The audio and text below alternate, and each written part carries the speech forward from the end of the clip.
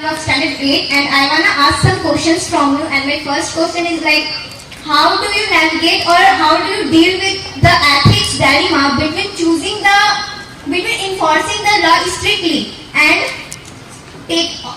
showing humanity? Like for example, जैसे हम लोग लेके चलते हैं कि लाइक फुटपाथ पे कुछ लाइक पुअर पीपल रह रहे हैं और सिविल एडमिनिस्ट्रेशन से लाइक वो लोग इलीगल वहाँ पे इंक्रोचमेंट हो गया है, कर लिए हैं वो लोग, और सिविल एडमिनिस्ट्रेशन से वहाँ पे ऑर्डर होता है कि वहाँ पे लाइक जाम वगैरह नहीं करना है, तो वहाँ पे आप लाइक कैसे हैंडल करेंगे उस सिचुएशन को, क्योंकि वहाँ पे अपने रिस्पॉन्सिबिलिटी को भी लाइक करना है और फिर वहाँ पे हम लोग पुअर पीपल को वो नहीं कर सकते, ह्यूमैनिटी भी हमें अपने मेंटेन करके चलना है। तो यस मैम, आप लोग सच में एट स्टैंडर्ड के हैं।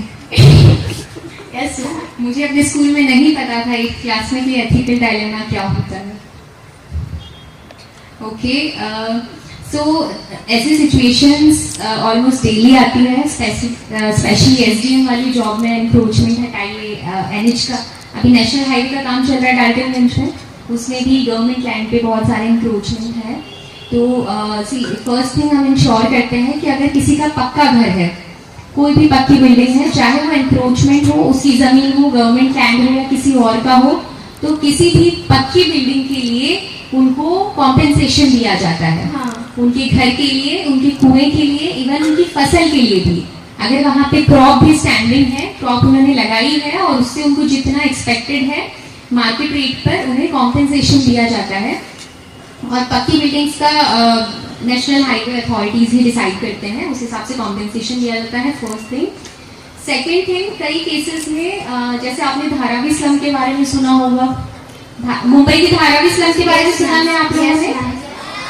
या तो अब उसका अगर उनका रीडेवलपमेंट प्रोजेक्ट है, अब उन्हें हटाना होगा तो उसमें प्रोजेक्ट में हमेशा इन्वॉल्व होता है कि इन्हें कहाँ पर रीलोकेट करना है। अगर आपको किसी को घर से निकाल रहे हैं तो उन्हें वापस घर देने की जिम्मेदारी भी गवर्नमेंट अपने ऊपर लेती है मोस्ट ऑफ द केसेस में।